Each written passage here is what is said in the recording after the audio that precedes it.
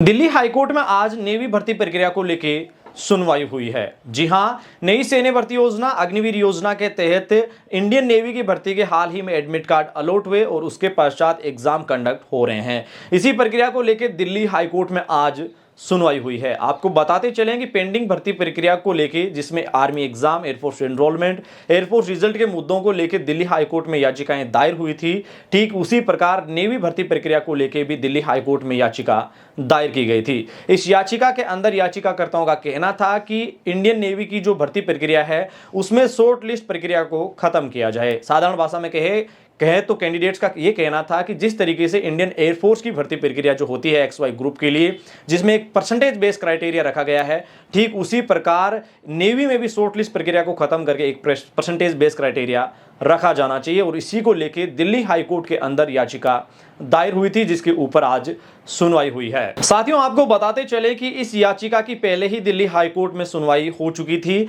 उस सुनवाई के दरमियान ये कहा गया था कि जैसे ही इस भर्ती प्रक्रिया के एडमिट कार्ड अलॉट होते हैं उसके बाद ही इस पक्ष को सुना जाएगा, इस मैटर को सुना जाएगा। जैसे ही एडमिट कार्ड अलॉट हुए, ऑल ओवर इंडिया के अलग अलग स्टेट की अलग अलग मेरिटें सामने आई और तकरीबन जहां तक देखा जाए तो 95 के करीब सारी की सारी मेरिट बेस रहा है। और इसी बात को लेकर युवाओं ने एक बार फिर से याचिकाकर्ताओं ने कोर्ट का रुख किया था।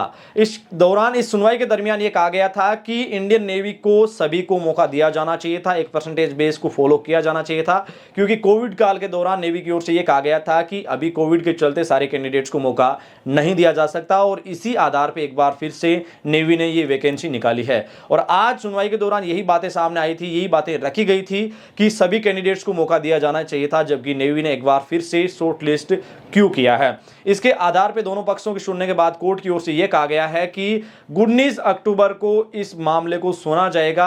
और सबसे बड़ी बात कोर्ट की ओर से यह कही गई है कि अगर यह मामला याचिकाकर्ताओं के पक्ष में आ जाता है तो भले ही नेवी एग्जाम कंडक्ट करवा ले, इनको रद्द माना जाएगा। यह कोर्ट की ओर से साफ तौर पे कहा गया है कि अगर बाय द वे आप लोगों के अगर यह मामला पक्ष में आता है, ये केस अगर आप जीत जाते हैं तो इस भर्ती प्रक्रिया के जो एग्जाम कंडक्ट हो रहे हैं इनको दोबारा कंडक्ट करवाया जाएगा। और एक परसेंटेज बेस क्राइटेरिया अगर नेवी लागू करती है, अगर कोर्ट के जो भी टर्म्स है, जिस तरीके से पहले ही इस प्रकार के ऑर्डर सामने आ रखे थे, अगर उसको नेवी फॉलो करती है तो सारे कैंडिडेट्स को दोबारा मौका दिया जाएगा। ऐसी बातें आज कोर्ट की ओर से सामने रखी गई है। साथियों, आपको यह भी बता दें कि आज की सुनवाई के दरमियान यह भी पॉइंट रखा गया था कि अभी तक सरकार की ओर से नेवी की भर्ती प्रक्रिया को लेकर जो जवाब पेश किया जाना था वो अभी तक सामने नहीं आया है और इससे पहले ही ये भर्ती प्रक्रिया फॉलो की जा रही है। तो इसके ऊपर कोर्ट ने यही कहा कि चाहे कुछ भी हो, अगर ये मैटर आपके पक्ष में आता है तो इस भर्ती प्रक्रिया को वापस से कंडक्ट करवाया जाएगा। इस भर्ती प्रक्रिया को एक तरीके से रद्द ही माना जाएगा।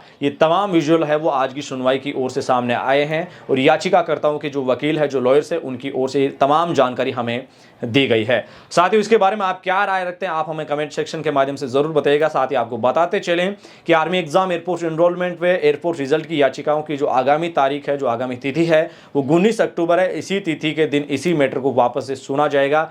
उम्मीद है कि इस दिन कुछ ना कुछ दिशा और दशा जरूर देखने को मिलेगी।